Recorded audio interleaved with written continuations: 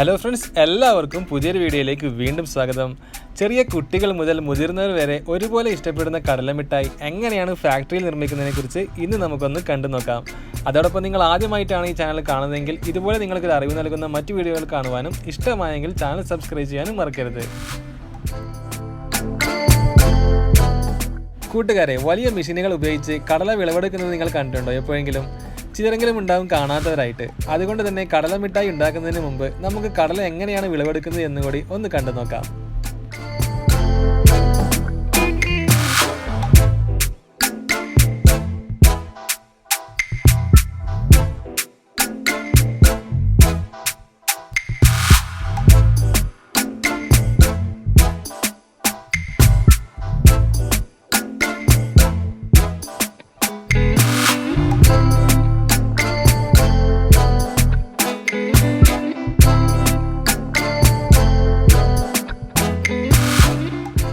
മുൻപൊക്കെ നമ്മുടെ നാട്ടിൽ കർഷകർ സ്വന്തം കൈകൾ കൊണ്ട് തന്നെയായിരുന്നു എല്ലാ കാര്യങ്ങളും ചെയ്തു വന്നിരുന്നത്. എന്നാൽ ഇന്ന് വലിയ മെഷീനുകൾ ഉപയോഗിച്ചാണ് വിളവെടുക്കുന്നതും ഫാക്ടറിയിൽ എത്തിക്കുന്നതും.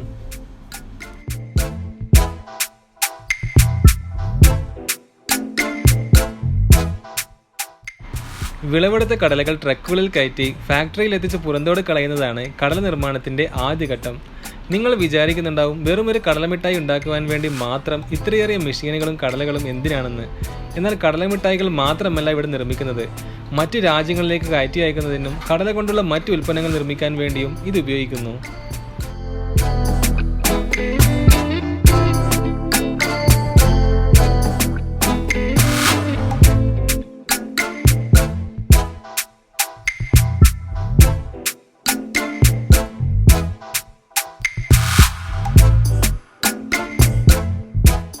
തോട് കളഞ്ഞ കടലകൾ കളക്ട് ചെയ്ത് കടലമിഠായി ഉണ്ടാക്കുന്ന സെക്ഷനിലേക്ക് മാറ്റുന്നു.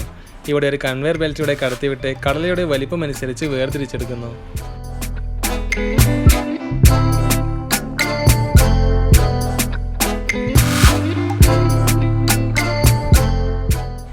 ഇങ്ങനെ ക്വാളിറ്റി അനുസരിച്ച് വേർതിരിച്ചെടുത്ത കടലകൾ അടുത്തതായി ഒരു മെഷീൻ ഉപയോഗിച്ച് നിശ്ചിത ടെമ്പറേച്ചറിൽ വറുത്തെടുക്കുകയാണ് ചെയ്യുന്നത്.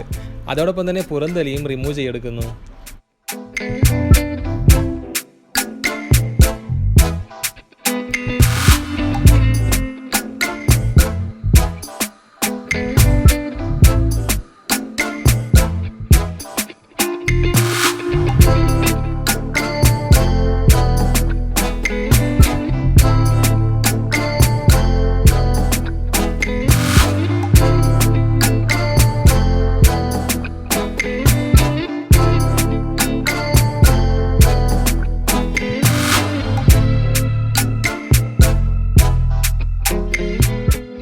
അടുത്തതായി ഒരു ഓട്ടോമാറ്റിക് മിക്സിംഗ് മെഷീനിൽ ശർക്കരയും കൂടെ നിശ്ചിത അളവിൽ വെള്ളവും ചേർത്ത് നന്നായി മിക്സ് ചെയ്ത് കുറുക്കിയെടുക്കുന്നു.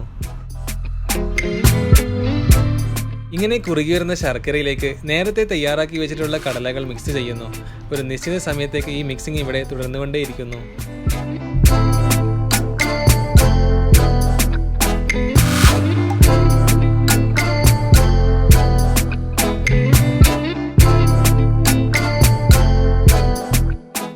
അടുത്തതായി ഈ മിക്സ്ചർ ഒരു ട്രേയിലേക്ക് മാറ്റി ഒരു കട്ടർ ഉപയോഗിച്ച് ചെറിയ ചെറിയ പീസുകളാക്കി കട്ട് ചെയ്തെടുക്കുന്നു.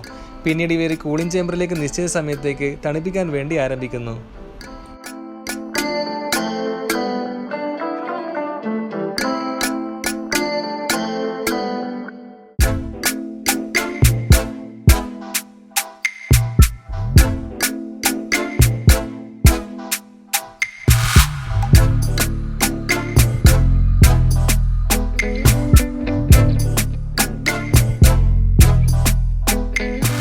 കൂളിംഗ് കൂടി കഴിയുന്നതോടെ നമുക്ക് കഴിക്കാൻ പാകത്തിലുള്ള കടലമിഠായി റെഡി.